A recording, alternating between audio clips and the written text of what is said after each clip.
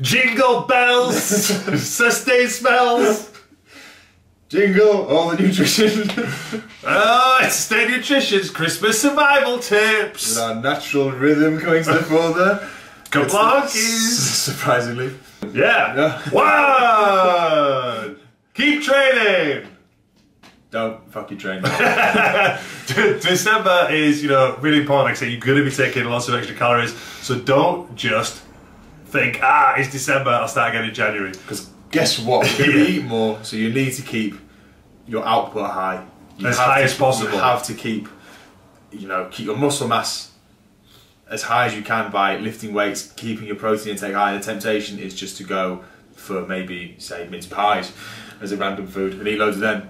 And just taking too many carbs, too many fats, not enough protein, and lose muscle mass, losing them gains. So you're going to end up burning less calories as you're taking more in. So it's that double-edged sword that means you will get fatter.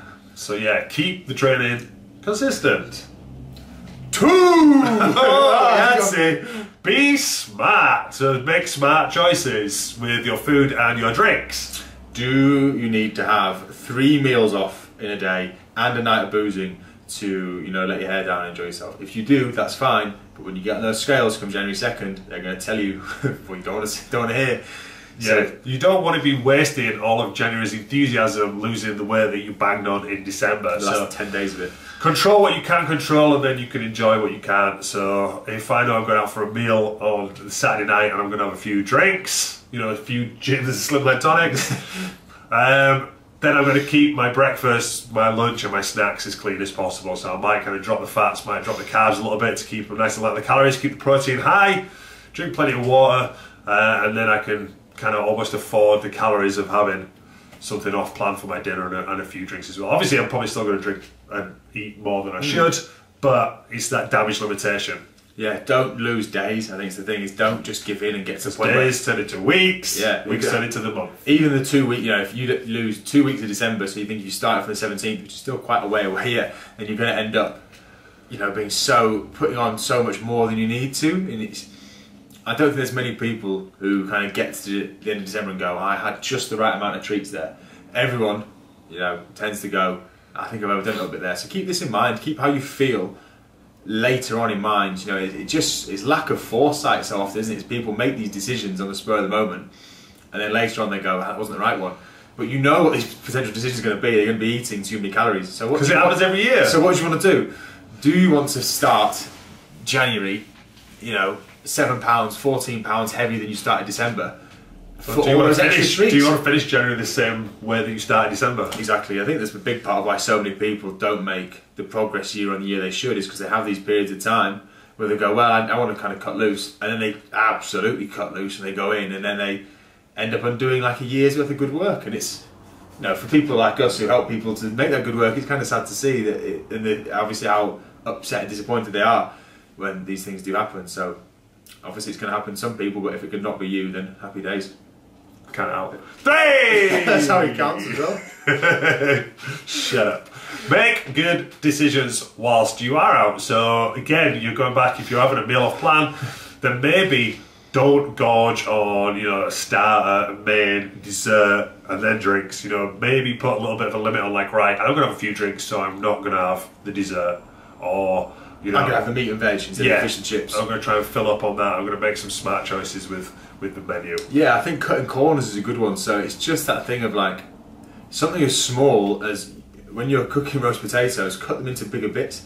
If you think about how much oil they need to use because less potatoes, it's these small things that are going to make a big difference, rather than having like a litre of olive oil in your potatoes doing length in it. You just have a bit less oil. Not going to make much difference to the meal, but it will make a difference to your waistline if you can. The aggregation of marginal gains, doing those last couple of percentages can add up to make a big difference. So often we kind of tell people to not sweat the small stuff, but if there's lots of small stuff going on, it's worth. That it's going to make you sweat. Yeah, it's worth paying a bit of attention to extra detail. And then the same thing with drinks as well. So if you really, really need to drink, then look for a spirit and a mixer. So you could have a vodka and Diet Coke, something like that, where you're gonna still get the buzz. You're still gonna get buzzed. I'm feeling buzzed. It's an American thing. But then you're not going to get a massive calorie hit as if you had a litre of wine. I had one client do a really interesting one of have vodka with orange squash and water. So he said that Sounds a bit like prohibition. Said that it helped with his hangovers because he was taking in so much water with each drink. How much was he drinking? Well, obviously, I didn't ask him how many shots he had, but you know, if you're having water with every alcoholic drink, that's a good way to kind of get it down. 4! Enjoy yourself! Yeah. So we don't want people sitting there on Christmas Day just drinking a pint of water and taking a spirulina tablet. You know, if you can finish the year, or if you can finish December the same way that you started, then I think that is a great thing. A couple of pounds heavier, just don't go mad. You know, there's going to be that little bit of So yeah, the temptation is just take 4 weeks off and just go hell for leather, but ultimately, you know, that's not going to help, and you're probably not going to appreciate as much as you appreciate just having the odd meal out. Yeah, and that's the thing, just do enjoy yourself. I think so many people get so caught up in this stressing, trying to get tens and making it hard. You know, the whole point we created Sustain to be sustainable. This is one of those times of year when people are going to cut loose a little bit. So do that. Make sure you don't if you start January and you think I missed out on so many good things. You know, I turned down this and I turned down that. If you want to do that, this thing I always ask people when they've gone off plan is, did you feel, or if they've been good, did you feel deprived? Or restricted? No, I didn't feel deprived. I felt really good. Well, happy days. Yeah. If you do feel deprived and you feel like crap, then eat it. You've got to decide what's worth more for you. And often it's afterwards when people say, I didn't need that.